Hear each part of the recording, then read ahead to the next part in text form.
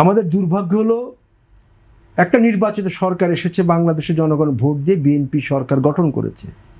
দুর্ভাগ্য হলো আজকে আমাদের প্রধান বিরোধী দল হয়ে গেছে স্বাধীনতা বিরোধী শক্তি, সেই জামাত ইসলাম, যারা আমার দেশকে মানে না, আমার দেশের অস্তিত্বকে বিশ্বাস করে না। আজকে তারা হয়ে গেছে প্রধান বিরোধী শক্তি, যার ফলে আপনার এইখানে যে দ্বন্দ্বটা, একসাথে যে কাজ করার, আমার কাছে মনে হয়েছে সেটা খুব কঠিন হবে, খুব কঠিন হবে। তার সাথে যুক্ত হয়েছে আপনার এনসিপি। আমরা জানি না তারা আবার জামাতের সাথে জোট করেই তারা বিরোধী দলের ভূমিকা তারা এসছে।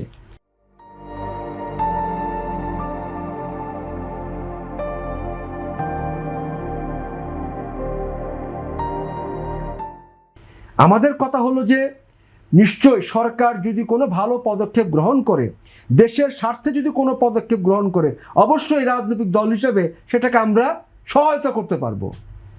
কিন্তু বাংলাদেশের যে রাজনৈতিক পরিস্থিতি, যে অবস্থা দাঁড়িয়েছে এখন বাংলাদেশে বিভিন্ন প্রশ্নে, সেইখানে এইটা বাস্তবায়ন করা এবং পারস্পরিক যে আস্থা, এই জায়গাটা ফিরিয়ে আনা খুব কঠিন, এত সহজ বিষয়টা হবে না।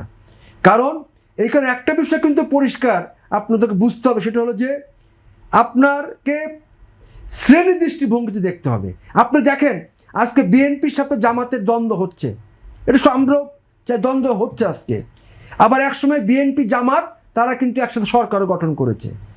আজকে আওয়ামী লীগ জামাতকে ব্যবহার করেছে 96 সালে, জামাতকে ব্যবহার করছে বিএনপির বিরুদ্ধে, বিএনপি জামাতকে ব্যবহার করেছে আওয়ামী লীগের বিরুদ্ধে।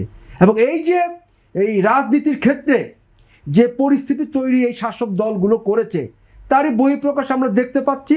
এবং আজকে বাংলাদেশের যে সংকট, আজকে গণতন্ত্রের সংকট বাংলাদেশের প্রধান মত প্রকাশ, আমরা তো একটা অভ্যুত্থান করেছি কেন?